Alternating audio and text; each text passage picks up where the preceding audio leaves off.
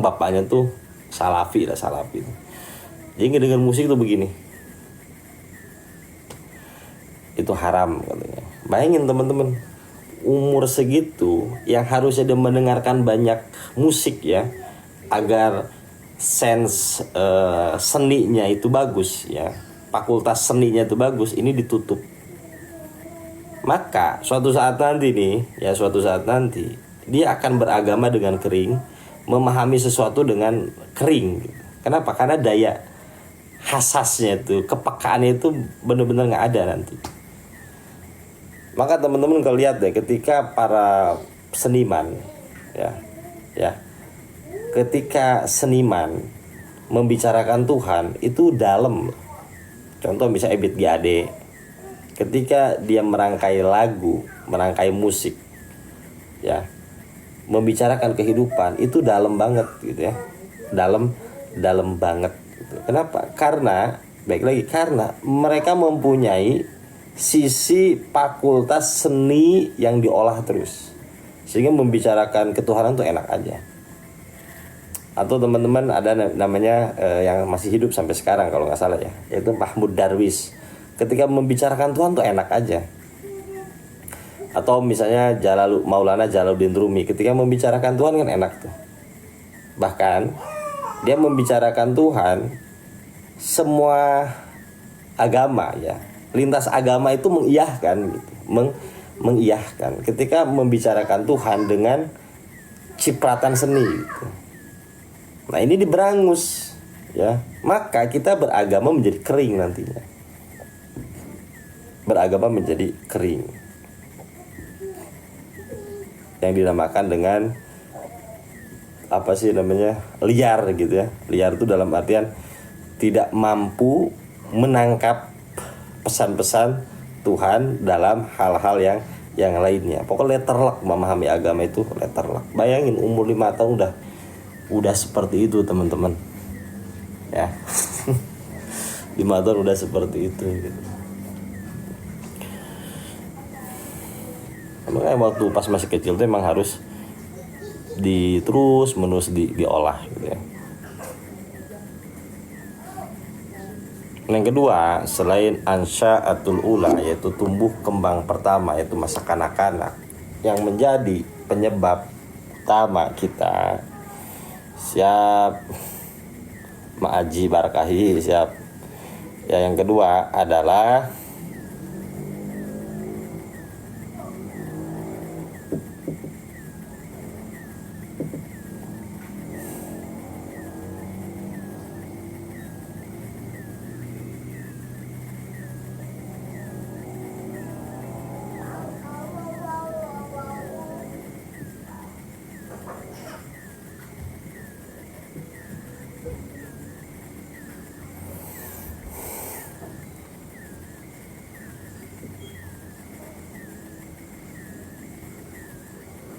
suhbatul qasirina, kita berteman dengan orang-orang yang mempunyai pemahaman pendek juga gitu ya.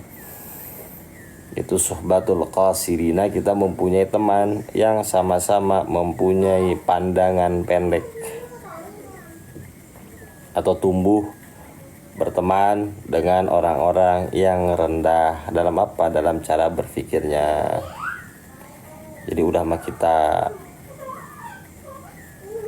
pendek cara berpikirnya, kita berteman juga dengan orang-orang yang sama. Akhirnya udah kita terus menerus berada dalam pemikiran jumud, tidak pernah bertumbuh, tidak pernah berkembang. Jadi asik dengan circle yang itu-itu saja, tidak mau berteman dengan orang yang luas cara berpikirnya, karena dia sudah nyaman berada dalam pemikiran seperti itu.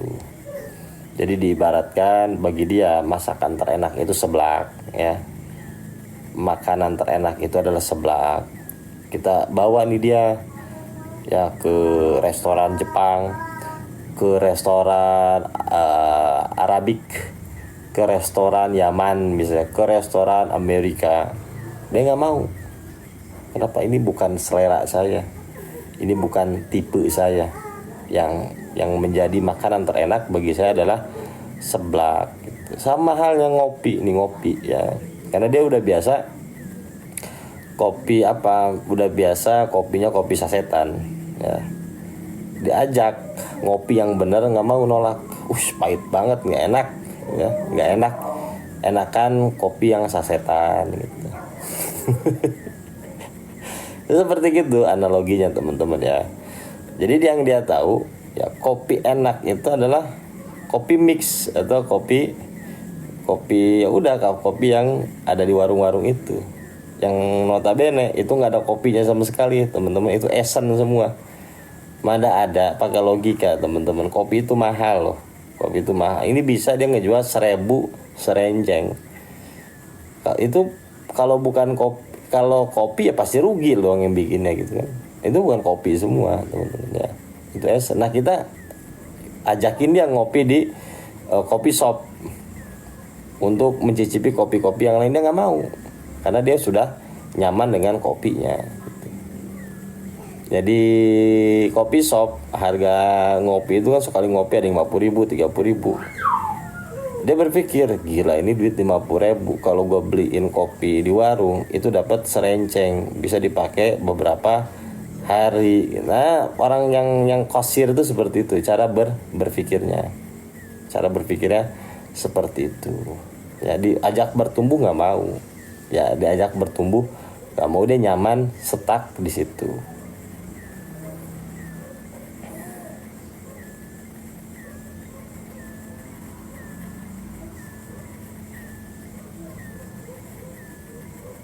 Nah maka kata Sayyiduna Umar ibn Khattab, beliau menyampaikan ya kepada kita semua, ma'util abdi ba'dal islami ni'matun khairan min akhi salih. Ya, tidak ada ya nikmat yang paling lebih indah setelah aku berislam gitu ya, setelah aku berislam, ibarat seperti itu, yaitu adalah akhi salih, saudara, teman yang memiliki predikat soleh. Artinya apa?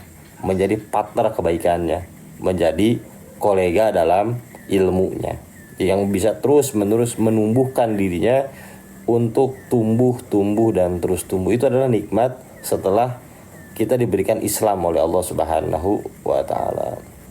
Fa iza wajada ahadukum, maka apabila kalian menemukan saudara seperti itu, fal yumsik, maka peganglah, maka terus meneruslah kalian dengan orang tersebut, karena orang tersebut akan menumbuhkan kalian. Jadi kita saling bertumbuh gitu, terus menerus mencari yang lainnya gitu. Ya terus menerus berjalan. Maka kenapa kita adakan majelis seperti ini? Jadi untuk saling menumbuhkan satu dengan yang lainnya ya. Nanti kalau di Bromo dibahas yang dinamakan dengan suhbah, yaitu suhbah. Yang ketiga teman-teman, penyakit. Salah satu penyebab penyakit dalam perjalanan adalah al-injiwa'u.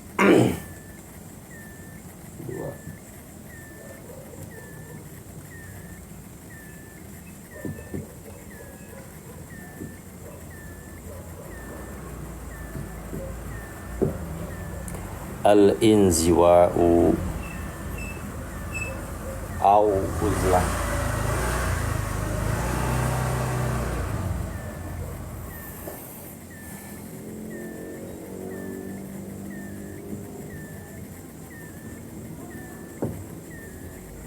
Apa itu al-inziwa ataupun uzlah gitu ya. Al-injiwa atau uzlah adalah menghindari dari hingar-bingar, mencari kebeningan, atau al-injiwa namanya. Kalau uzlah artinya apa? Yang dinamakan dengan mengasingkan diri atau udik, yaitu kebanyakan di rumah. Jadi al-injiwa menarik diri dari mayoritas manusia, bukan bertapa, jadi nggak mau gaul aja gitu, nggak mau gaul ya. Kalau uzlah menyepi di rumah, nggak ngapa-ngapain, jadi terisolasi dari apa? Dari sosial. Jadi diem, nggak ngapa-ngapain. Setting boundaries gimana tuh ngomongnya gimana tuh? Jadi dia menyepi aja gitu, nyaman dengan diri. Bukan tirakat, Kang. Kalau tirakat kan ada sesuatu yang kita capai. Ini bukan tentang uzlah, torekat, bukan. Uzlah di sini tentang menyepi, ya, membuat batasan. Ya itu tadi tuh benar, membuat batasan. Jadi nggak mau gaul sama si ini, nggak mau kenal sama si ini, nggak mau begini, nggak mau begitu. Melihat dunia itu dipenuhi dengan berbahaya. Jadi nggak mau berbaur, ya, nggak mau berbaur. Jadi bukan uzlah tarekat, bukan teman-teman, ya bukan. Ya kalau uzlah dalam tarekat ya bagus. Tapi ini bukan tentang itu. Jadi introvert ya kayak gitulah, introvert. Jadi nggak mau melihat dunia gitu ya, nggak mau melihat dunia dan nggak mau bergaul dengan orang-orang lainnya. Dia nyaman, asik dengan pikirannya sendiri. Ya kuper, ya kurang pergaulan gitu ya. Tanya ini nggak tahu, tanya itu nggak tahu, begini nggak tahu, begitu nggak tahu. Jadi serba nggak tahu gitu, serba nggak tahu dan nggak mau tahu gitu. Bukan juhud, ini penyakit ya. Masa uzlah penyakit dalam perjalanan? Bukan ujungnya kudet.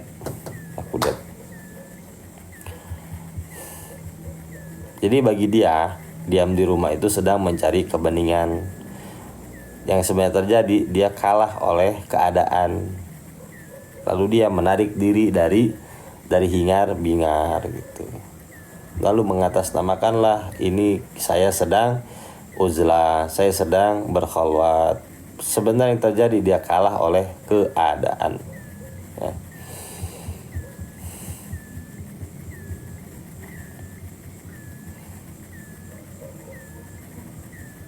Jadi minder, ngeliat orang tuh minder, ya tidak mau berbaur gitu. Ya, ini berbahaya loh teman-teman, ini berbahaya. Teman-teman pernah lihat film SpongeBob pernah belum? Pernah kan? Lihat SpongeBob pernah kan? Di situ ada karakter yang dinamakan dengan Squidward ya, Squidward. Mental-mental kayak Squidward, dia merasa high sendiri, merasa istimewa sendiri, padahal ya biasa aja gitu. Kayak gitu. Nanti dampaknya tuh dari sini. Merasa tinggi sendiri, merasa bening sendiri, merasa pintar sendiri, merasa perfect sendiri. Nah, ini yang banyak dialami oleh teman-teman kita yang saat berjalan dalam ranah tasawuf, dalam ranah spiritual, lalu dia menghilang dari dunia luar gitu ya. Oke, nah ini nanti penyakit itu kayak Squidward.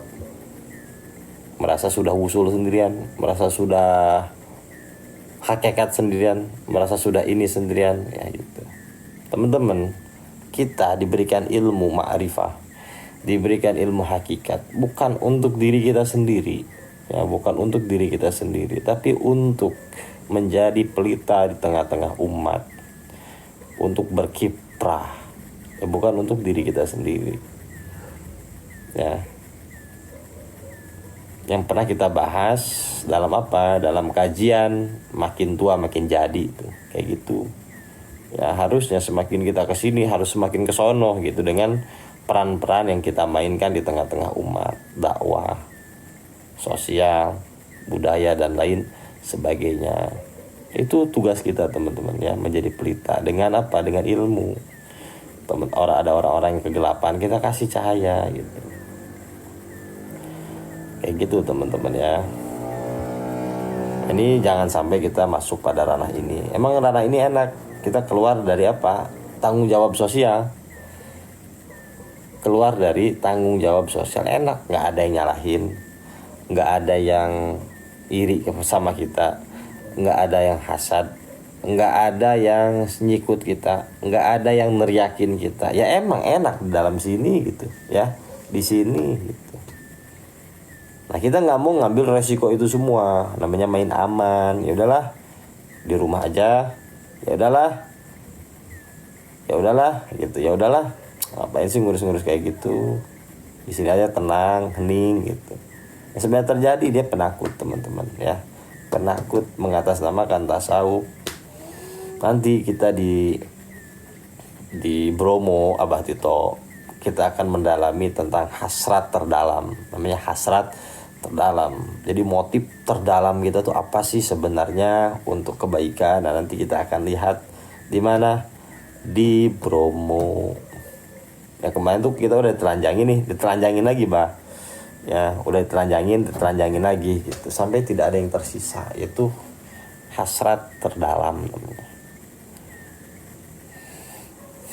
Jadi kita berbuat kebaikan tuh jangan-jangan ada hasrat yang tersimpan di situ. Ada sesuatu yang terselinap di situ. Ya, yang hanya bisa dibuka. Ya. Yang hanya bisa dibuka ketika apa? Ketika kita nanti telanjang tuh. Oh, baru kelihatan. Ya, ternyata ada ini, ada itu, ada itu. Banyak banget itu nanti hasrat-hasrat itu. Ya. Intinya nggak ada Allahnya sama sekali gitu ya. Allahnya nggak ada sama sekali.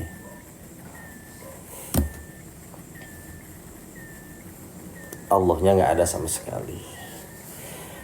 Jadi bukan syirik khafi lagi, syirik akhfa khafi, syirik di dalamnya lagi.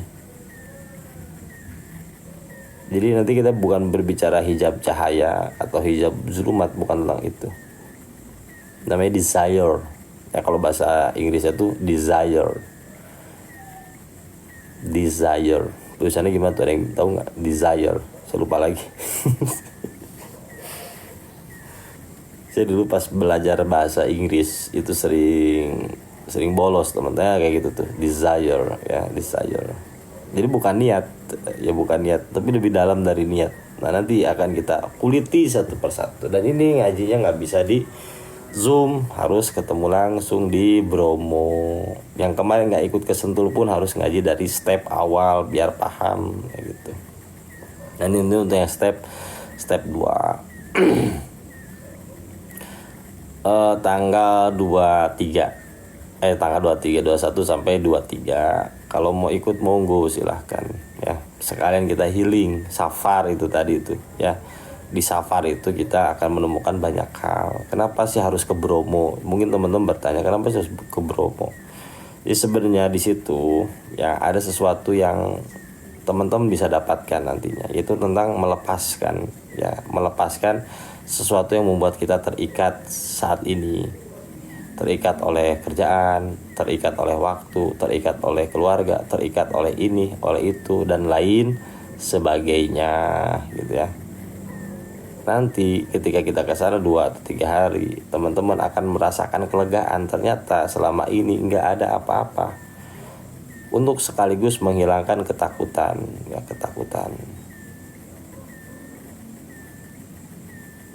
Ya udah ngaji aja, siapa namanya ajlib, ngaji ya. Sebenarnya situ kita sedang melepas kemelekatan. Ya kalau para ulama sufi dulu ya menggunakan metode uzlah atau yang dinamakan dengan tahanus atau yang dinamakan dengan riyadhah gitu ya. Nah kita menggunakan metode namanya safar. Jadi saya tidak mau sebenarnya menggunakan metode-metode yang membuat teman-teman melakukan sesuatu itu, nggak mau. Saya ingin melakukan sebaliknya, itu meninggalkan sesuatu, yaitu dengan cara safar. Dan tidak diserem-seremin harus baca ini baca itu, enggak. Berangkat aja. Nanti ada sesuatu yang mulai tercopot mulai hilang dalam diri kita tuh kayak gitu. Ya kalau misalnya nggak itu ya ngaji aja deket kan, di rumah saya aja udah kumpul yuk di rumah saya gitu ya. Sampai enggak setiap bulan juga, nggak setiap bulan, gimana dikasihnya aja. Enggak materi terputus ya, materinya enggak terputus. Saya mondok ke Ustadz bisa nggak ya? Nggak ada pondok pesantrennya juga, mau mondok di mana? Saya rumah bukan pondok pesantren. Safar bagaimana? Ya healing jalan-jalan aja, jalan ya. Naik gunung masuk nggak Ustadz? Ya nyari apa di gunung? Nyari apa? tergantung. Maka itu tadi as-safaru nisful ilmi, ya safar itu setengah dari ilmu. Nanti itu hilang ketakutan tuh, hilang katakan gini, ketakutan itu akan hilang ketika kita terabas, teman-teman. Ketika kita terabas, oh ternyata tidak ada apa-apa gitu. Setiap hari Rabu besok ada kajian offline. Ini kita sedang tidak berbicara khalwah sholat Jumat. Ya sampai di guide, ya ada guide-nya, bareng-bareng. Ustaz, kalau apa mikro Ustaz, boleh silahkan. Ini temanya apa? Itu yang saya dibahas.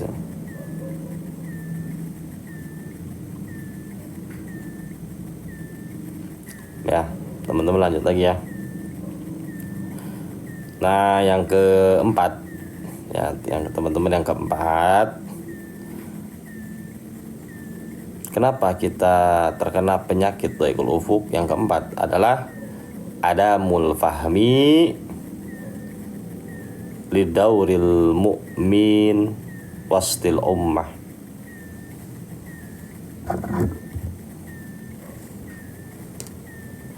Kayak gini nih tulisannya.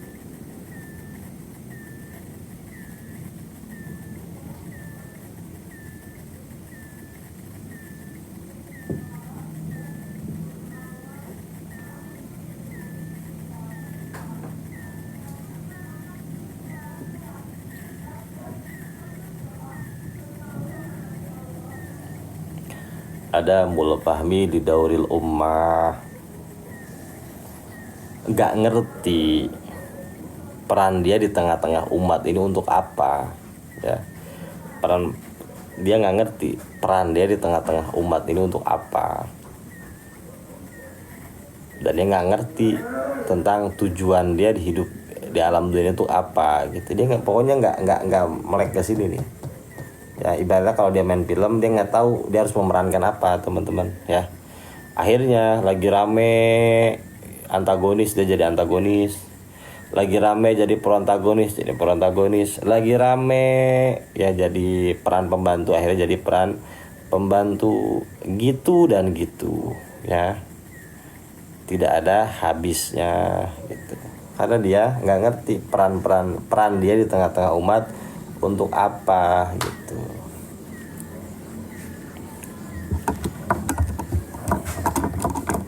Tim hore, ya tim FOMO, namanya FOMO tuh.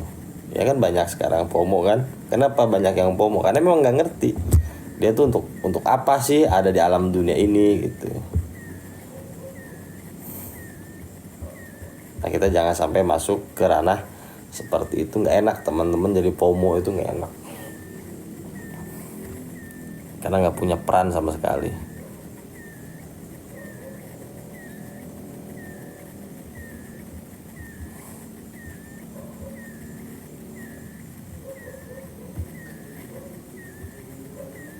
Coba teman-teman sekarang buka surat At-Taubah ayat 105.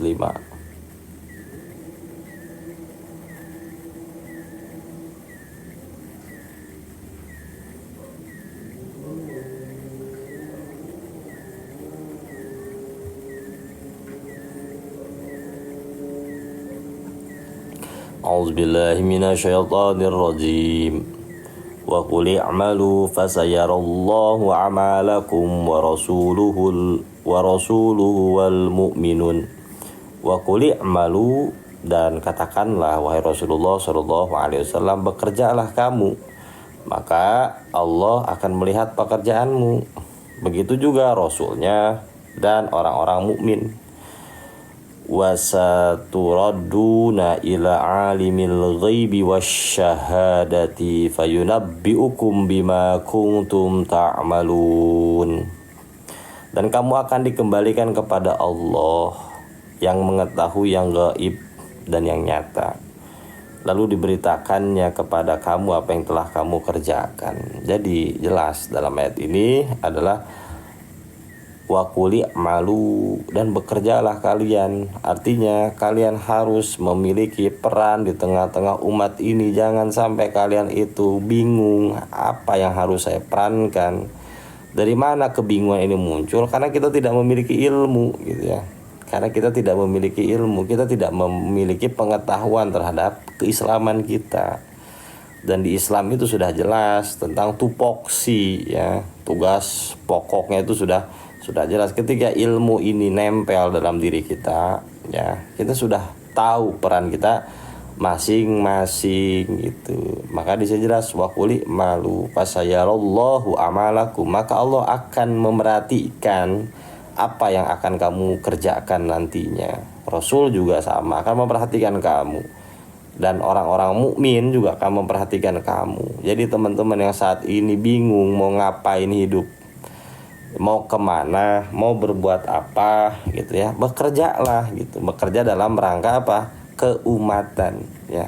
Kerja yang paling indah adalah kerja dalam rangka keumatan.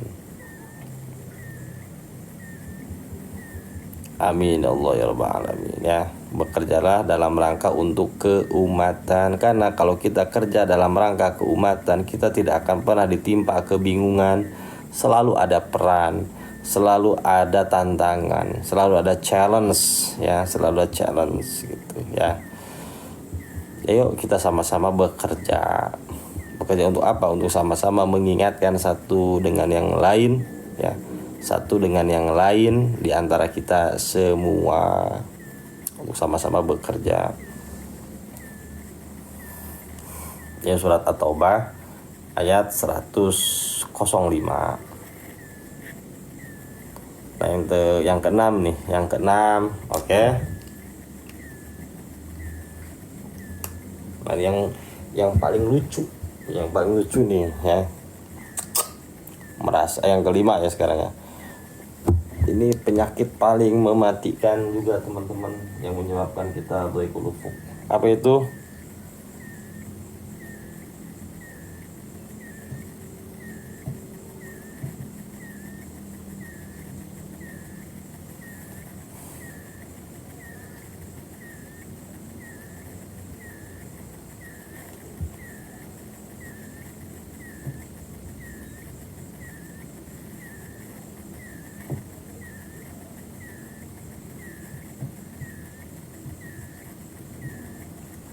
Al-wukufu.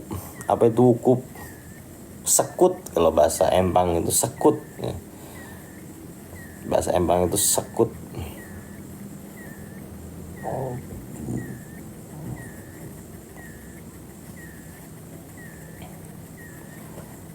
Wukuf itu diam, stagnan, tidak ada pergerakan, tidak ada perubahan, hidup seperti robot.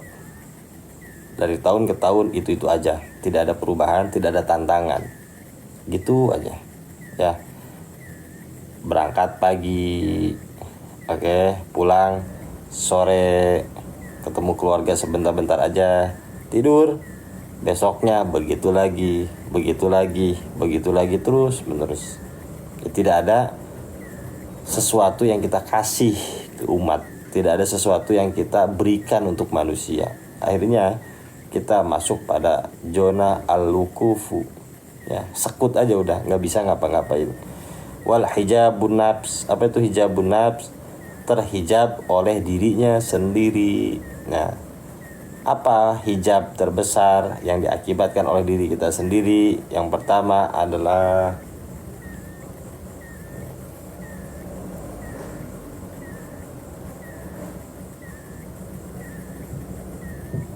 at-takabur. Yang kedua adalah al-ujubu ya. At-takabur, merasa apa gitu, merasa tinggi. Al-ujub, merasa spesial di hadapan Tuhan. Orang nggak tahu aja gua itu adalah wali ya. Basiroh mereka tertutup, pada gua adalah wali, pada gua adalah orang khawas, pada gua adalah orang pilihan. Gua udah ngerti ini, ngerti itu. Orang-orang nggak tahu siapa saya. Nah, ini penyakit yang menghijab diri kita, yang membuat kita tidak pernah bertumbuh, ya, tidak pernah memiliki progres ke depannya, stuck di situ. Ketika kita terkena penyakit ini, siap-siap teman-teman, siap-siap, ya. Ketika akan berjalan pun ini lambat, ya. Maka harus dirontokkan dulu, ya, harus dirontokkan dulu biar nanti larinya cepet. Karena ini penyakit paling mematikan dalam perjalanan, yaitu tadi thoriqoh ini tadi. Merasa punya ini, merasa punya itu, memiliki kespesialan ini, spesial itu, kita akhirnya kita tidak kemana-mana sebenarnya. Caranya gimana sebenarnya? Caranya ke Bromo. Caranya ke Bromo.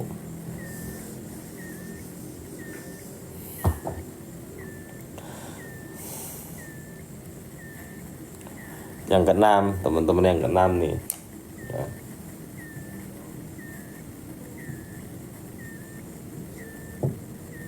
Ntar saya bahas ini lebih dalam lagi, ya.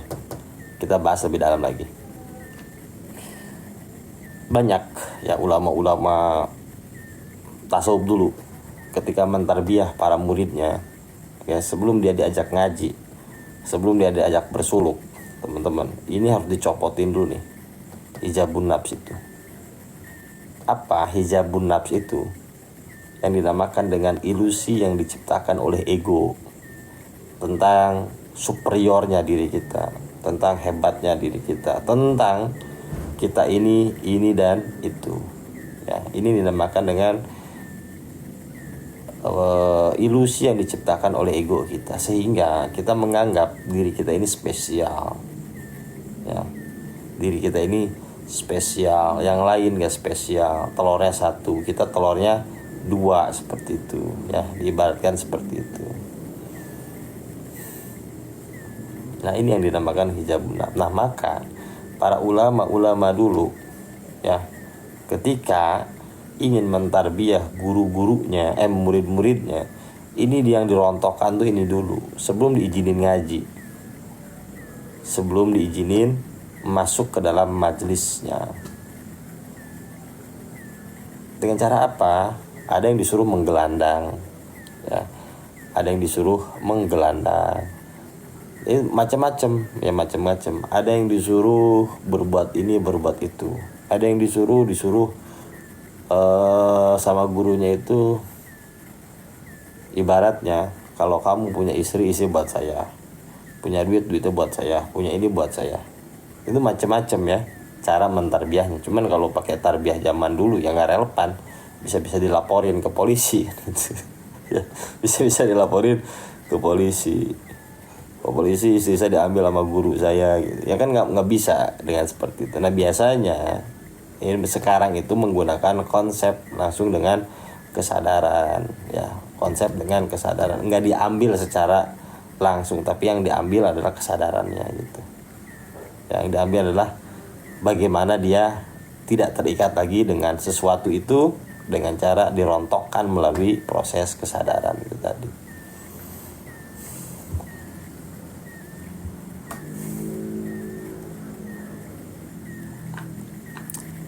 Nah, teman-teman, mengosongkan diri ini nggak bisa pakai tangan kita, ya, nggak bisa pakai tangan kita.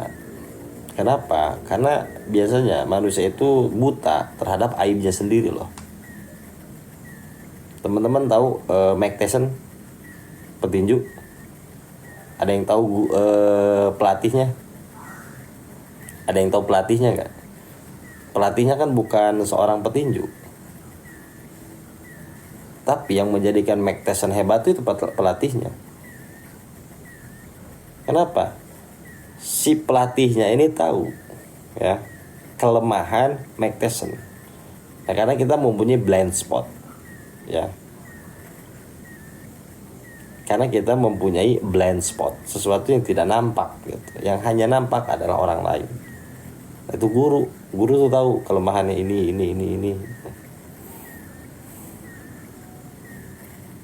Makanya penting di sini untuk mencopot ini melalui bidan ruhani, namanya bidan ruhani. Copot-copotin tuh.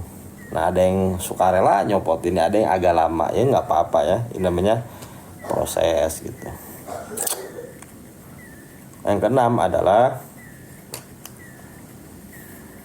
dha'fu silatillah.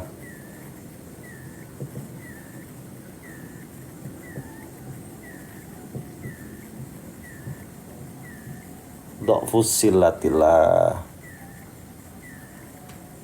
Apa yang dinamakan dengan dha'fu silatillah? Lemahnya hubungan dengan Allah, ya. Lemahnya hubungan dengan Allah itu salah satu, ya, penyebab kita dhaikul ufuk. Dia merasa sudah nyampe di alam apa gitu, di alam lahut, di alam apa gitu. Padahal nggak nyampe mana-mana gitu ya, nggak nyampe mana-mana. Udah nyampe hakikat, udah nyampe apa gitu. Apa gitu. Sudah menyatu dengan Tuhan gitu, bahasanya kayak gitu. Padahal nggak nyampe mana-mana gitu. Nah, ini dinamakan dengan dha'fu silatillah. Nah, apa tanda kita terperangkap oleh ini, ya? Contoh begini, kita merasa kita udah nyampe alam lahut, ya, kalau Jabarut Malakut masih alam bawah, ini kita sudah nyampe alam lahut, tajalinya juga udah tajali zat, ya, bahasa mereka itu, ya. Kita sudah menyatu dengan Allah, tidak terpisah lagi, seperti mata dengan kedipannya, seperti garam dengan asinnya, sudah melekat dan menyatu. Lalu, ya, sebenarnya kita sedang terpenjara oleh ini dalil nih. Apa salah satu tanda kita terpenjara oleh ini tadi? Kita mempunyai banyak pemahaman, tapi tidak ada action yang kita lakukan dalam kehidupan ini. Ya, hati-hati itu. Makin banyak ilmu, merasa kita sudah nyampe mana, tapi tidak ada kemanfaatan yang dirasakan oleh orang lain. Itu salah satu tanda nih, hizabun nafs, ya. Sebenarnya kita sedang kurang hubungan kita dengan Allah Subhanahu wa taala. Hati-hati, nanti besok hikam dibahas tentang ini nih. Tentang ini. Ya, sebenarnya mukadimah nanti besok ngaji hikam, jadi teman-teman biar lebih paham gitu. Karena zaman sekarang tuh macam-macam, teman-teman, macam-macam, ya, macam-macam banget sekarang tuh pemahaman-pemahaman gitu tuh. Ya boleh aja Anda mengklaim Anda wali, ya. Anda sudah usul, Anda sudah apa gitu. Tapi kita lihat prakteknya dalam lapangan seperti apa. Apakah Anda bermanfaat atau tidak gitu. Anda dikasih ilmu sama Allah tuh biar manfaat buat orang, bukan untuk asik di kamar sendirian, nggak seperti itu. Lalu mengklaim saya tuh wali, nggak ada seperti itu, ya.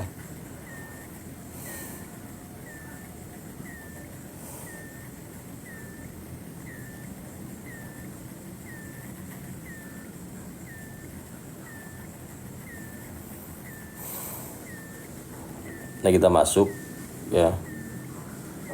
Kita masuk surat Al-Anfal ayat 29. A'udzubillahi minasyaitonirrajim. Bismillahirrahmanirrahim.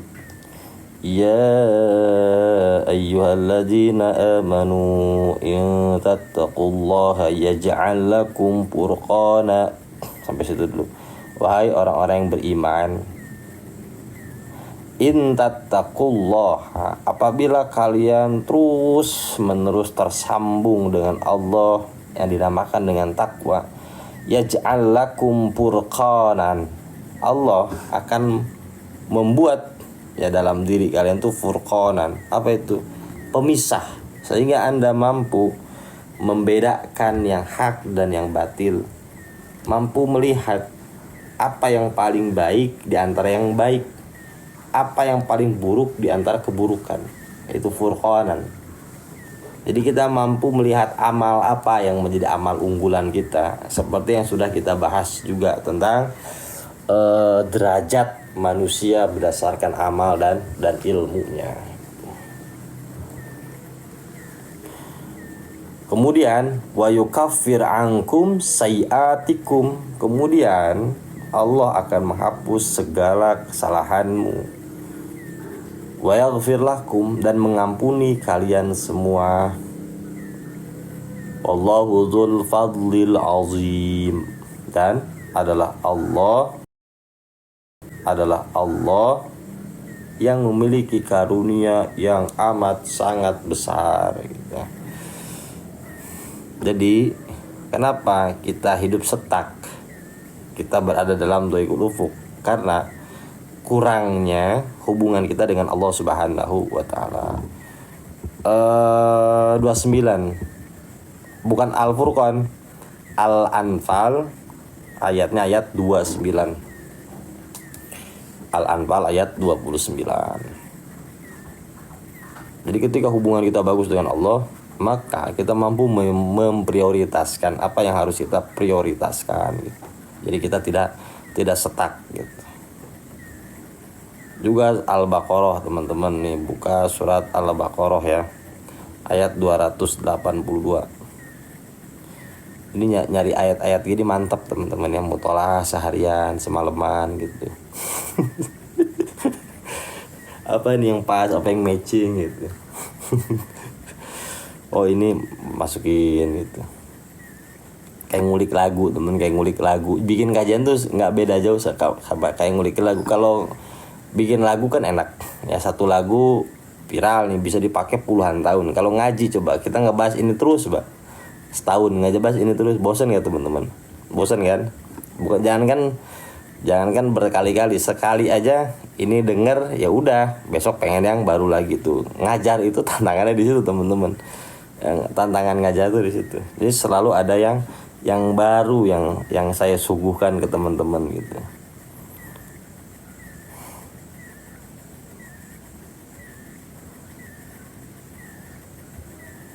Ini ayatnya panjang banget, tapi kita baca yang pendek aja. Nah, yang bawahnya tuh.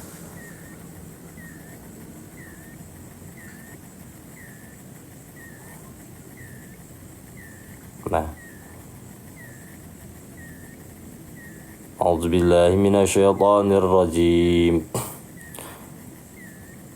Wattaqullah wa yu'allimukumullah wallahu bikulli syai'in alim. Itu yang terakhirnya aja yang kita ambil.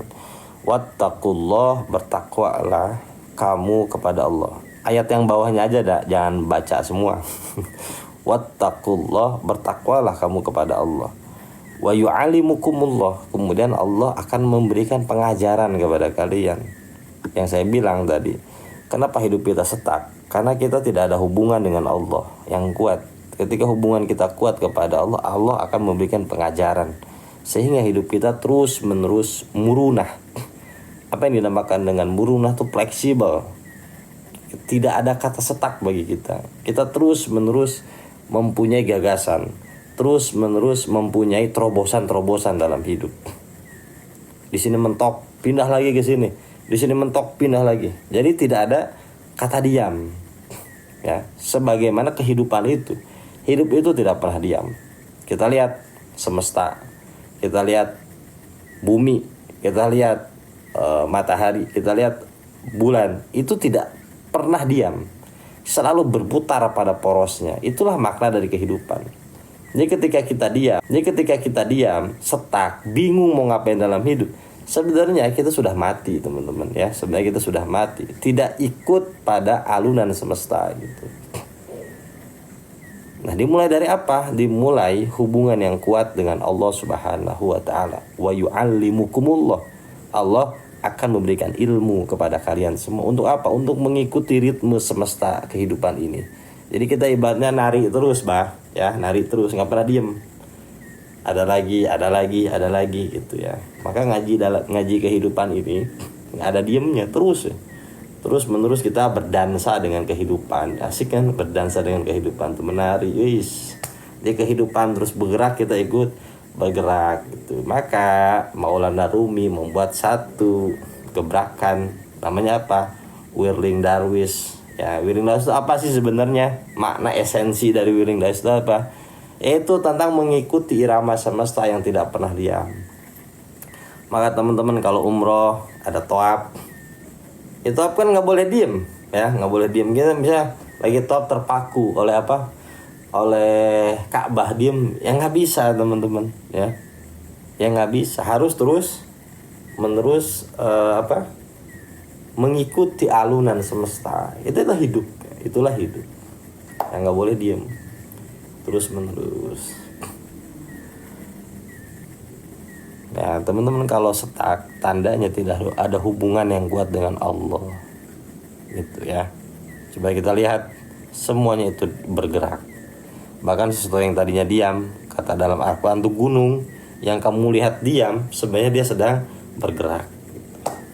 Nah ketika kita diam, kita sudah mati sebenarnya teman-teman ya. Sudah mati, fast away, sudah mati.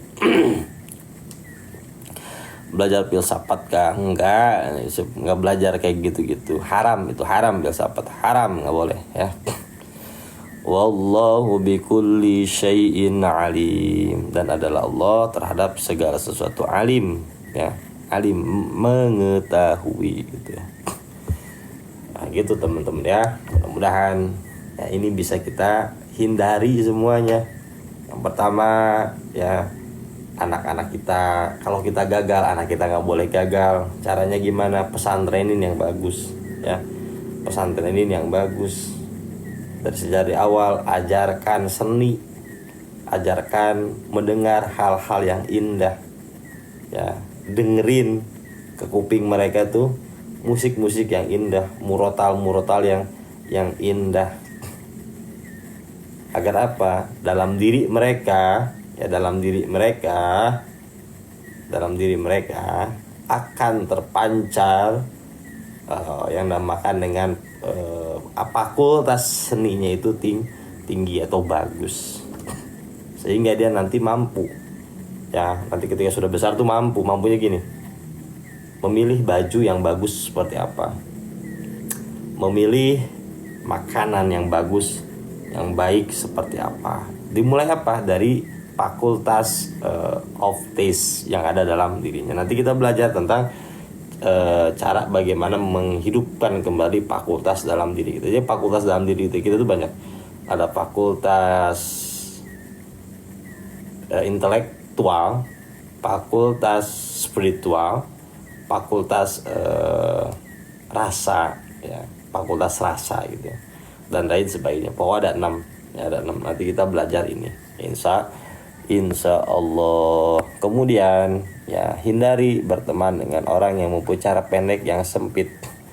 Yang ketiga adalah al-injwa wal ujlah. Kalau kita bodoh, kalau kita stuck, jangan menyendiri, tapi keluarlah dari zona nyaman ya. Yang keempat ya, kita harus tahu peran kita di tengah-tengah umat.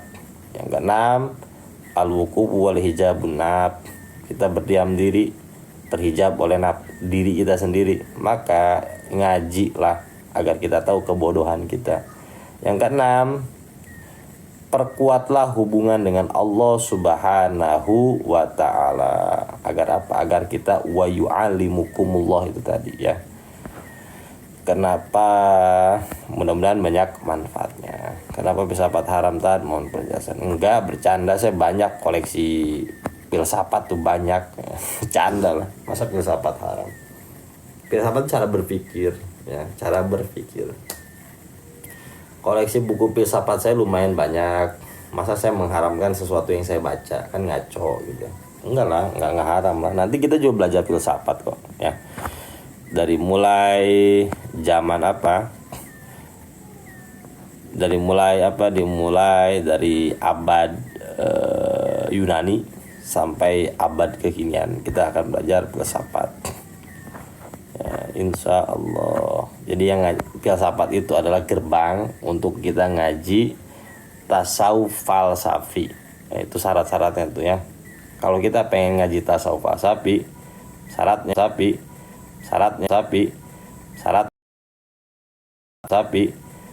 mengaji filsafat. Kita nanti belajar pemikiran Aristoteles, belajar pemikiran Plato,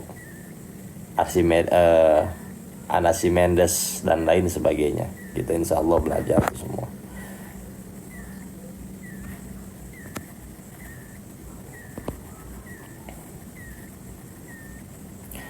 banyak ustadz mengharamkan filsafat agama, tapi filsafat ilmu ya ya enggak, saya emang nggak mengharamkan ya.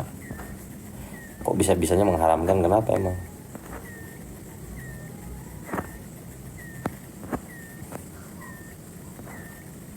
Kang Ustadz siapakah namanya? Namanya Muhammad, saya Muhammad ya. Islamik banget. Muhammad nama saya. Muhammad Plato, enggak Muhammad doang teman-teman ya. Udah kaget aja filsafat haram Pak Ustadz, ngeprank saya. Saya kan ngebahas ini pakai sentuhan filsafat, masa nggak ngerasain sih? Ya nanti misal Seneca, terus filsafat teras, insya Allah ya nanti kita bahas. Kalau mau ngaji masuk grup aja ya, biar tahu jadwal ngajinya. Teman-teman nih catat nomor saya ya. Ini kalau di grup, nanti kalau di grup kan udah ada 300 tuh, banyak juga yang nggak aktif. Nanti saya keluarin lagi tuh, mubazir gitu ya, mubazir gitu, saing ilmu jadinya. Nggak pernah komen, nggak pernah apa, cuman lihat gitu ya. Nanti juga ada masa penyaringan dikeluarin lagi gitu. Ini nomor saya nih.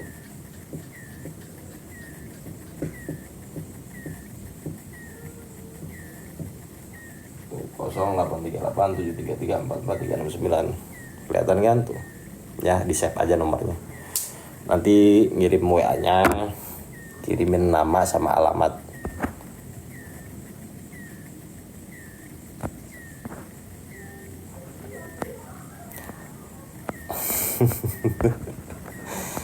Enggak, nih buku filsafat saya banyak. Teman-teman ya. Nanti kita ngaji juga filsafat, tenang aja.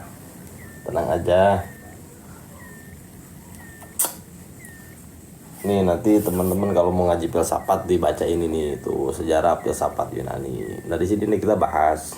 Ya nanti dari sini kita bahas. Ada pelajaran. Oh ini yang keduanya. Yang pertamanya ada lagi nanti. Yang apa? Bukan yang ini.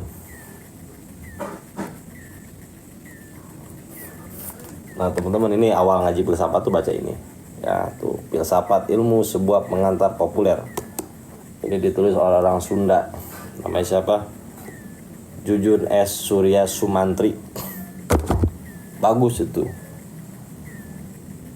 Mana lagi ya? Tuh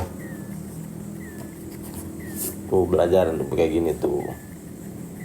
Ini nanti belajar di pertengahan. Ini jadi satu, ini jadi duanya tuh. Ini saya beli yang ori, bukan yang palsu teman-teman. Mana lagi ya? Yang buku Fahrudin Pais juga ada saya tuh. Ini sebelum filsafat nih buku beliau tuh. Ada saya. Fahrudin Pais tuh. Saya koleksi juga teman-teman. Mana lagi ya?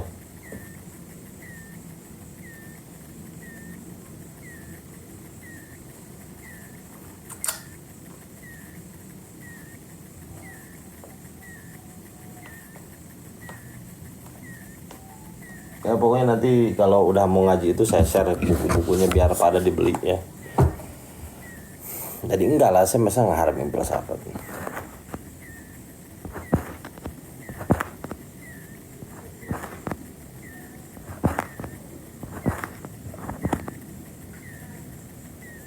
Ya nanti WA aja. Ya Rocky Gerung apalagi ya, udah hatam dia mah filsafat gitu. Ya siap, monggo. Ya apalagi Syekh Rocky Gerung udah hatam dia mah filsafat kayak gitu. Cuma nanti kita filsafatnya sentuhan tasawuf falsafi beda nanti, apa natijahnya atau buahnya nanti beda. Jadi kebanyakan orang belajar filsafat untuk filsafat, nah itu salah. Ya kenapa salah? Saya katakan salah. Filsafat itu alat. Bukan tujuan. Jadi ketika kita belajar filsafat tidak ada tujuannya untuk apa, akhirnya nanti kita gomut tuh bingung. terkait dengan pemikiran kita sendiri. Kalau kita jadikan filsafat untuk tujuan ya memahami sesuatu, nah itu akhirnya apa? Akhirnya kita akan memahami tentang ketuhanan itu tadi secara logika gitu. Bagus. Stoikisme masuk.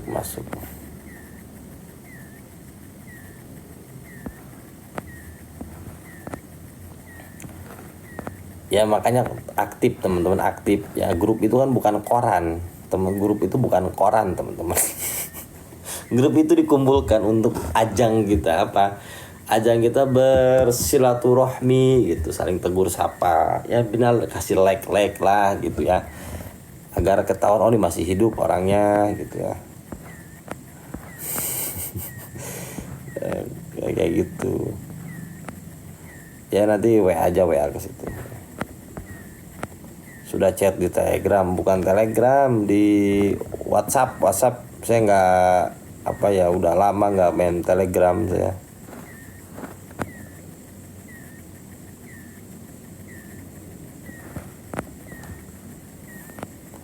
Filsafat itu nggak ada ilmu yang salah, itu yang ada tuh orangnya teman-teman ya. Filsafat yang salah itu nggak ada, yang salah itu orangnya. Yang haramkan itu salah Ustaz Khalid Basalam ya, nggak apa-apa ya, diharamkan mau dibid'ahkan juga nggak apa-apa teman-teman ya, nggak dimakan ini kan gitu ya, udah tinggal ya udah belajar aja gitu. Tapi yang jelas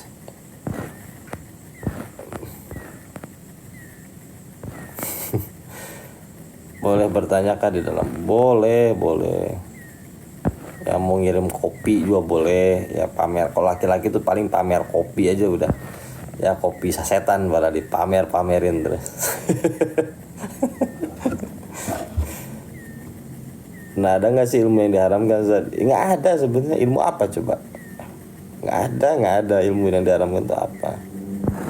Kita tahu haram kan harus dipelajari dulu teman-teman ya. Ada ini ilmu diharamkan ya, Anda tahu haram dari mana kecuali Anda sudah mempelajarinya kan gitu ya. Nggak ada ilmu yang diharamkan itu. Masa satu diskursus ya keilmuan itu diharamkan ya? Nggak bisa lah teman-teman ya, nggak bisa. Ketika kita mengharamkannya pun kan kita sudah mempelajari gitu kan ya, jadi nggak ada ilmu yang diharamkan itu untuk dipelajari, nggak ada. Ilmu hitam itu gimana Pak Ustadz? Maksud ilmu hitam itu seperti apa ya? Jadi balik lagi, yang salah itu manusianya ya, yang salah itu manusianya. Jadi teman-teman nih, kalau ilmu perbintangan sih Ustadz muta'alim. Jadi perbintangan di situ atau falak di situ, nujum, bukan seperti yang kita pahami saat ini ya. Jadi ketika kita berbicara si bintang, nanti perbintangan, nanti masuk pada pengkalenderan perbulanan, itu bukan yang dimaksud oleh kitab ta'lim muta'alim. Yang dimaksud oleh kitab ta'lim muta'alim itu meramal dengan menggunakan bintang gitu ya. Itu dimaksud dengan ilmu perbintangan gitu. Ya, siap. Ya, ilmu nyopet ya sekedar diketahui doang kan nggak apa-apa. Yang nggak boleh itu ya nyopetnya kan gitu. Oh, orang nyopet tuh begini loh gelagatnya. Akhirnya kan kita bisa aware, sadar, oh kalau gini berarti dia mau nyopet nih kan gitu. Ya kan gitu teman-teman ya. Yang salah itu orangnya bukan ilmunya. Ilmu hipnotis yang nggak salah juga. Yang salah itu nipu, nyuri, ya, ilmu santet kayak gitu dan sebagainya gitu. Nah itu tadi tuh bener tuh tuh ya. Semua ilmu adalah ilmunya Allah, yang mengaplikasinya yang harus bertanggung jawab. Nah, bener banget tuh.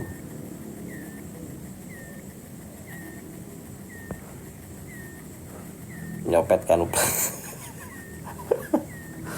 itu mah pamajikan kasalaki ya tuh teh ya. Jadi ada teman saya ngadu ke saya, Ustaz gimana sih hukumnya seorang istri yang ngambilin duit suaminya Saya bilang, ya nggak apa-apa. Saya bilang, kok nggak apa-apa sih Ustaz? Saya, ya uang saya diambil kayak itu nyolong. Ya entenya pelit, ya entenya pelit gitu. Kalau entenya baik nggak mungkin dicolong sama istri. Yang salah itu tetap laki-laki teman-teman ya. Saya pernah beberapa kali bilang ya. Ya apa ibaratnya, sesalah-salahnya istri, tetap yang salah adalah laki-laki teman-teman ya. Nggak pernah perempuan itu salah, asli ya. Saya mau kasih analogi gini ya. Bisa ada orang datang ke saya, Pak Ustadz ya, saya udah nggak kuat oleh istri saya. Nah, istri kamu kenapa? Ya karena istri saya itu marah-marah terus ke saya, apa-apa salah, apa-apa nggak boleh, pokoknya serba salah hidup saya. Tetap salah kamu. Kenapa? Kamu kurang ngasih rizkinya kepada istri kamu. Akhirnya udah tuh dia ngasih rizki yang banyak kepada istrinya. Balik lagi ya, balik lagi, Pak Ustadz, istri saya tetap marah-marah, padahal duitnya udah saya kasih full, gaji saya udah kasih istri saya semua, saya nggak nyisa. Bahkan untuk ngerokok pun saya beli yang ketengan gitu, saking udah royal ke istrinya. Tetap yang salah kamu. Kok saya lagi Pak Ustadz? Iya yang salah kamu. Kenapa? Mungkin kamu belum ngasih ya rezeki batin secara terpenuhi. Akhirnya balik lagi ke istrinya. Udah tuh dia ngasih nafkah batin ya, yang tadinya seminggu cuma 2 kali, sekarang every day ya, every day. Tetap dia baik lagi akhirnya, Pak Ustadz, duit udah saya kasih, nafkah batin sudah saya kasih, tetap istri saya marah-marah terus ya, marah-marah terus. Apa yang salah dengan diri saya? Saya bilang tetap kamu yang salah. Aneh kan, kok saya yang salah gitu, padahal saya sudah ngasih semuanya buat istri saya. Saya bilang tetap kamu yang salah. Kenapa? Perempuan seperti itu masih kamu pertahankan gitu. Tetap kamu yang salah. Perempuan seperti itu kenapa kamu pertahankan gitu. Istri nggak pernah salah, yang salah adalah kita gitu.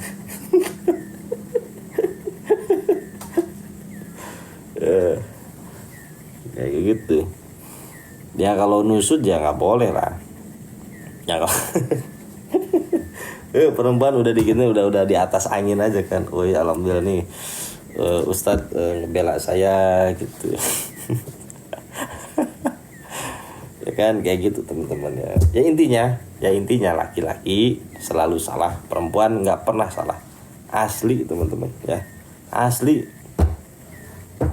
Coba perhatiin deh ya, coba perhatiin perempuan tuh asli nggak pernah salah. Saya menerapkan sistem itu untuk istri saya. Kalau dia cemberut segala macam, kalau dia marah-marah, saya selalu berpikir ulang, pasti salah gue, ini pasti salah saya gitu, nggak mungkin dia salah gitu. Akhirnya selalu berpikir seperti itu ya, selalu berpikir seperti itu. Bukan kasihan ya, memang kodratnya ya, ya. Ibaratnya Nabi Adam digoda sama iblis tuh nggak apa namanya, kuat pendiriannya gitu. Tapi ketika digoda oleh Siti Hawa, ya mau itu dong gitu, ya udah tuh nurut ya. Itu laki-laki ya teman-teman, itu laki-laki memang begitu. Udahlah ya, kita tuh lemah, sebenarnya lemah banget ya. Dan asli ya, laki-laki itu lemah ya, lemah sekali ya. Kalau suami sakit nih, kita sakit nih sebagai seorang suami nih, istri itu bisa bisa menghandle seluruh pekerjaan rumah loh.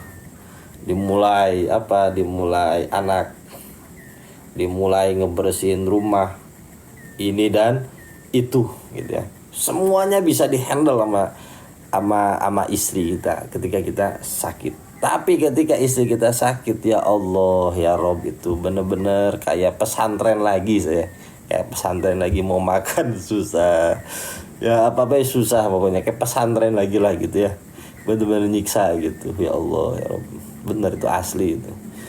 Asli teman-temannya, kita tuh lemah ya, laki-laki jangan sok kuat deh ya, kita tuh lemah, udah lemah di hadapan istri itu lemah ya, lemah udah ya.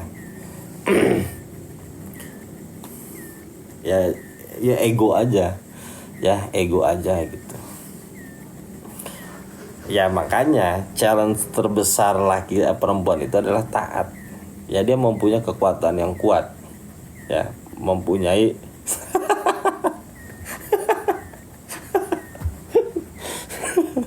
bener tuh, makanya perlu obat kuat ya, bener itu asli ya. Ya udah lah, kita tuh di luar kayak yang iya aja kan ya, kalau udah nyampe rumah mah beda judul, teman-temannya beda beda judul ya. Tadi saya bilang di grup, salah satu tanda kewalian ya, salah satu tanda kewalian adalah takut sama istri ya, takut sama istri. Takut di situ bukan karena kita lemah ya, karena kita tahu istri itu capek loh teman-teman, yang ngurus anak yang apa 24 jam dihibahkan untuk kita gitu ya, dihibahkan untuk kita gitu ya. Baik-baiklah sama istri ya, jangan macem-macem teman-teman ya. Sayangilah istri kita, sama-sama ya, sayangilah istri kita. Ya udah, itu takdir ya, takdir laki-laki ya. Kecil dimarahin ibu, gede dimarahin istri, plus anak perempuan, udah emang gitu ya. Udah sabar aja, sabar. Dan teman-teman nih, saya kasih tips ya. Teman-teman, kalau pengen rezekinya deras ya, rezekinya deras, hidup kita berubah, udah laki-laki saat sekarang nurutlah sama istri ya, nurut sama istri. Cuman satu hal yang saya tanamkan, ketika kita nurut sama istri, kita punya prinsip. Saya punya prinsip sama istri saya tuh begini: kamu boleh ngelarang saya buat apapun, kamu boleh ya, boleh ibaratnya boleh melarang saya dalam segi apapun, tapi satu hal, kamu tidak boleh ngelarang saya untuk ngaji gitu ya. Kamu tidak boleh ngelarang saya untuk ngaji. Jadi kamu mau nyuruh apapun aku turutin, kamu mau minta apapun aku lakukan, asal satu, jangan menyuruh saya untuk berhenti ngaji ya. Itu teman-teman prinsip tuh. Ketika ya kita fokus ngaji, maka ibadah gini, ngaji dulu baru kamu gitu ya. Ngaji dulu baru kamu, itu 3N, ngaji, ngopi, ngerokok. Itu yang tidak boleh dinantiin, itu harus prioritas. Tuh ya.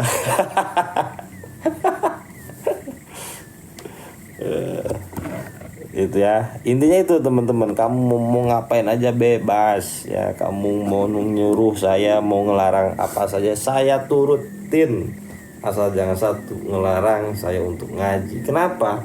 Karena ketika saya ngaji, saya tahu cara memuliakan kamu. Ketika saya ngaji, saya tahu cara bagaimana membahagiakan kamu. Karena ketika ngaji, saya tahu cara mendapatkan uang yang halal, yang barokah seperti apa. Karena ketika saya ngaji, saya tahu bagaimana cara mendidik anak. Karena ketika saya ngaji, saya tahu bagaimana caranya berhubungan dengan Allah Subhanahu wa Ta'ala. Artinya ketika saya ngaji, sebenarnya saya sedang memperbaiki kamu, memperbaiki anak-anak kamu. Saya sedang memperbaiki kehidupan kita.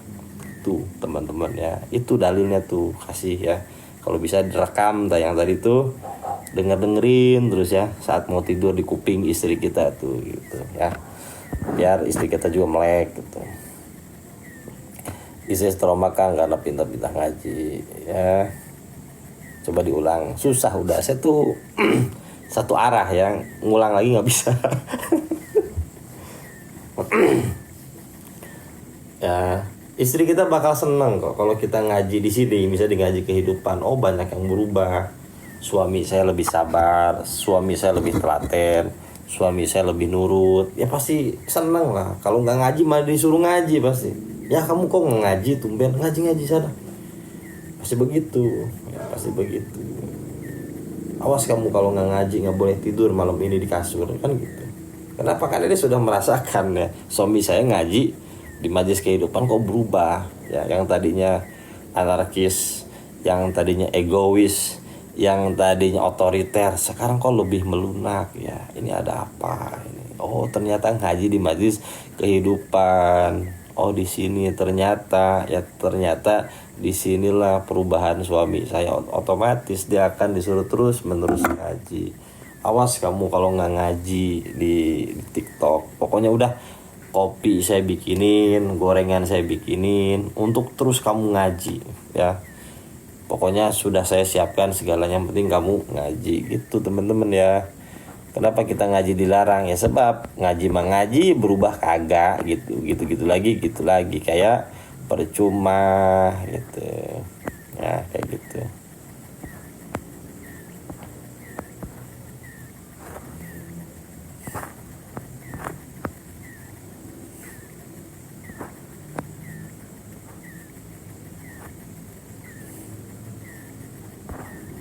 Ya Ustadz, istri makin arogan, ada bandel lupa. Ya udahlah, nikmatin aja. Emang hidup kita tuh selalu tertekan, udah ya, udah tertekan, udah nikmatin. Emang jalur masuk surga kita tuh emang jalur takoh ya, jalur tertekan gitu. Kalau suami itu udah nikmatin aja, emang begitu ya. Emang begitu, kita tuh kayak nggak dikasih napas gitu ya. Waktu kecil disuruh sama ibu kita, sekolah sama guru kita, kerja sama atasan kita, nikah sama istri kita, ya nanti sama anak-anak kita, akhirnya kita mati. Emang begitu, laki-laki mah emang mau ngarepin apa teman-teman ya, emang begitu, itu emang kehidupan ya, emang kehidupan. Udah nikmatin aja ya, udah nikmatin aja. Siap Kang Mas, ya gitu dong, bagus tuh kan, mau nyapu lantai rumah tuh, bager itu baik ya.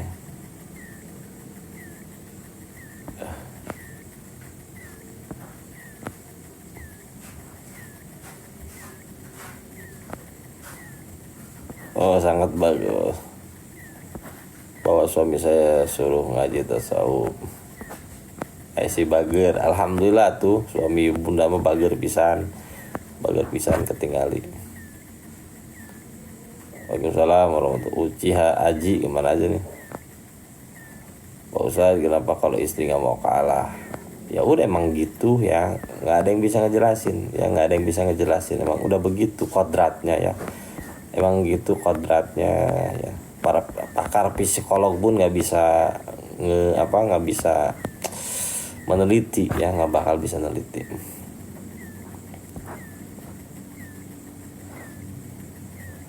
Sama-sama Bayu Adrian. Nah gitu tuh dalilnya tadi ya. Jadi satu hal yang kamu nggak boleh larang dari saya adalah ngaji. Karena ngaji, saya tahu bagaimana cara membahagiakan kamu. Wes gitu. Pasti dia nyuruh kita ngaji terus.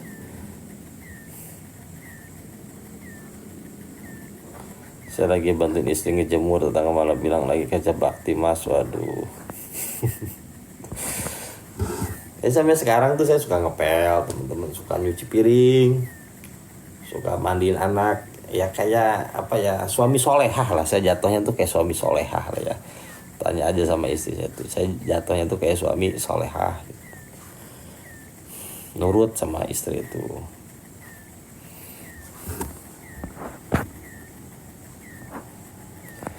Kalau offline di Mazhar ngajinya di mana sih? Di Bogor. Asik sekali, langsung isi.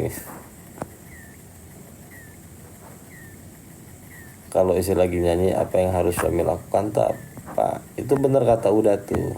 Nari, dansa ya, dansa aja udah dengerin aja. Perempuan tuh cuma pengen didengerin kok teman-teman. Nggak boleh yang dijawab. Ya mereka tuh nggak butuh jawaban kita, karena sebenarnya mereka udah tahu jawabannya gitu, cuman pengen didengerin ya. Udah dengerin aja ya, dengerin ya sambil ngerokok. Kita sambil mikirin apa aja bebas. Saya sambil mikirin bumi itu datar atau bulat, atau mikirin apa gitu, apakah ada UFO di luar sana. Udah nggak apa-apa, yang penting dengerin aja. Udah beres baru kita ngomong gitu ya. Tapi seperti itulah ya siklus kehidupan laki-laki itu emang gitu. Amin ya rabbal alamin ya.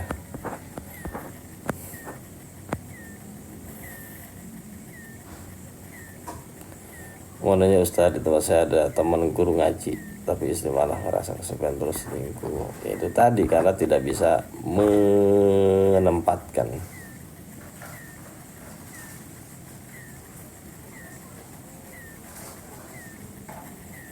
Jadi dualisme ya. Udah, menjadi ngebahas kayak gituan sih. Ya. Insyaallah besok kita ngaji offline. Teman-teman yang mau ikut ngaji Al-Hikam di rumah, monggo silahkan ya. Besok pembahasannya seru karena ngelanjutin pembahasan yang ini. Ya, ngebahas yang ini, ngelanjutin pembahasan yang ini. Dan besok juga ada pengajian offline di masjid. Kalau teman-teman ada yang mau ikut, monggo silahkan ya. Ada yang mau ikut, monggo silahkan. Dimulai jam 8 sampai jam 9. Ya ada online-nya juga. Ada online juga, kalau Hikam itu ada offline dan online. Jadi ngaji di rumah saya gitu. Ya di Batu Tulis. Kalau ada yang mau ikut, monggo silahkan. Siap, sama-sama. Emang Kabari rumahnya di mana ini? Namanya Kabari asli apa gimana? Gak mungkin dong nama Kabari.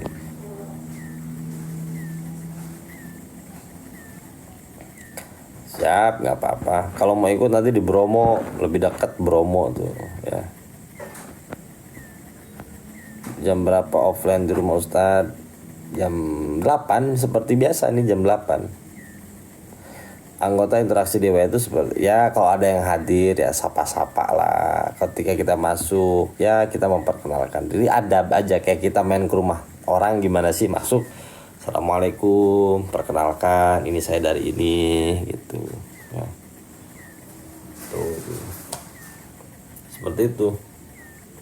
Oh, gawe di Ciampea. Di mana gawe di Ciampeanya? Jauh banget dari Tangerang ke Ciampea. Biasanya orang Ciampea kerja di Tangerang, ini orang Tangerang kerja di Ciampea gitu.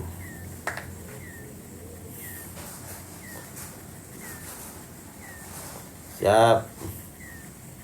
Oh, Tegalwaru. Saya tahu udah ke pesantren Azen bukan?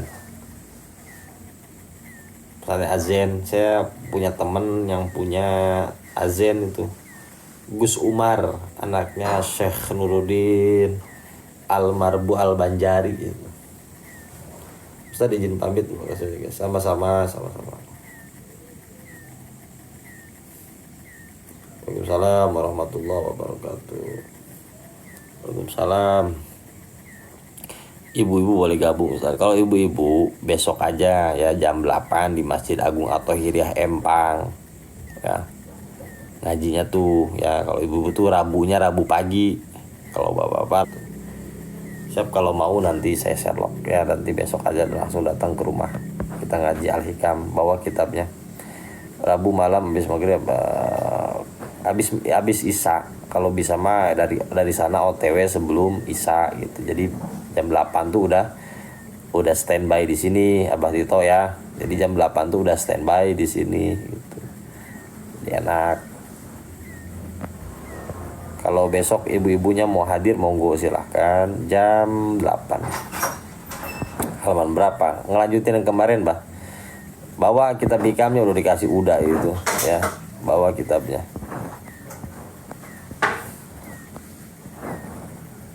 Coba teman-teman ini siapa sih yang berjuang sampai akhir? Oh, Teh Haryani masih ada, Teh Haryani, Bunda Hani, Teh Daniati, Teh Fitri.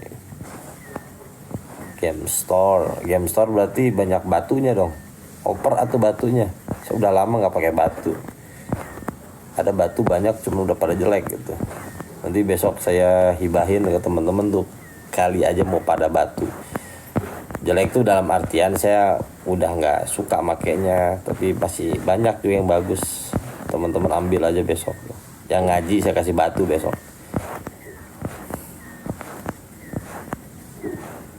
Kang Ipan, Kang Amin, Warung Jamilah, Teh Yayan, Teh Ria, V,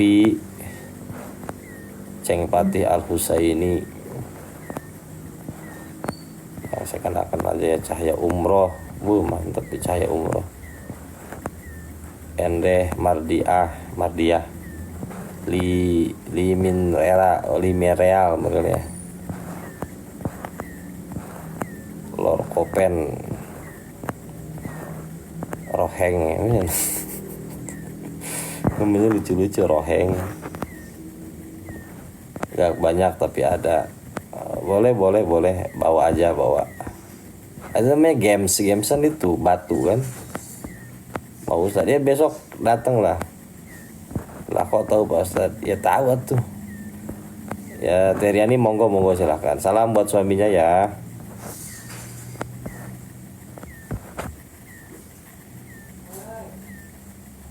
Ustadz, sebenarnya mimpi itu bisa kita jadikan dalam kehidupan. Jadi alamilah mimpi sebagaimana biasa aja sebenarnya.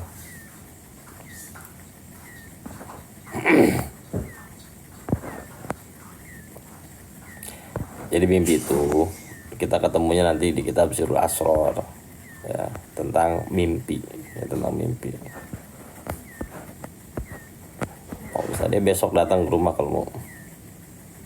Ya nggak gitu juga, konsep mimpi itu nggak semudah yang kita kira sebagai bunga tidur, enggak. Dia tuh ada sesuatu yang lain sebenarnya di mimpi itu.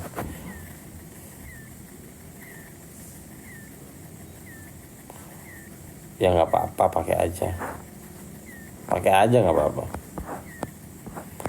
ya teman-teman. Besok kita ketemu lagi ya, mudah-mudahan sehat-sehat semua. Oke, kita tutup dengan doa dulu.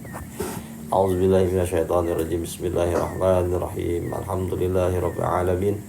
Hamdan yuwafi ni'amahu wa yukafi'u mazidah. Ya Rabbana lakal hamdu wa lakal syukru kama yanbaghi li jalali wajhikal karim wa li 'azimi sultanik. Allahumma salli wa sallim wa barik ala Sayyidina Muhammad wa ala ali Sayyidina Muhammad. Salatan tunjina biha min jami'il ahwali wal afat wa taqdirana biha wa taqdirana biha wa taqdirana biha wa taqdirana biha wa taqdirana biha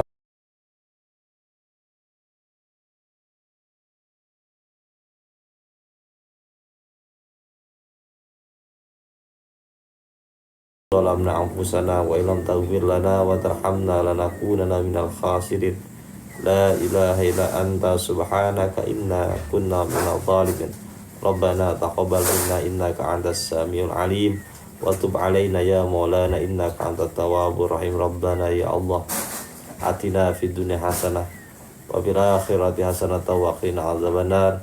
Biballi subhana rabbika rabbil izzati amma yasifun. Wassalamun ala mursalin walhamdulillahi rabbil alamin. Mudah-mudahan banyak manfaatnya. Kita ketemu lagi besok teman-teman dengan ngaji hikam. Mudah-mudahan teman-teman semua bisa mengikutinya. Oke?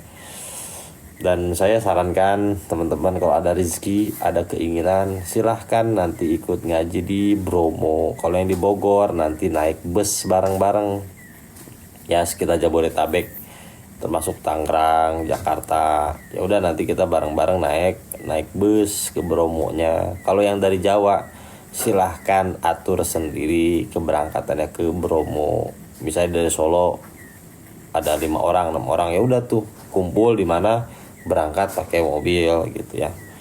Mudah-mudahan teman-teman bisa ikut ke Solo. Ya itu saja yang bisa. Ke Solo, ke Bromo. Wallahul muwafiq ila aqwamit thariq. Wassalamualaikum warahmatullahi wabarakatuh. Teman-teman, terima kasih banyak. Sampai kita ketemu lagi nanti besok ya. Sama-sama.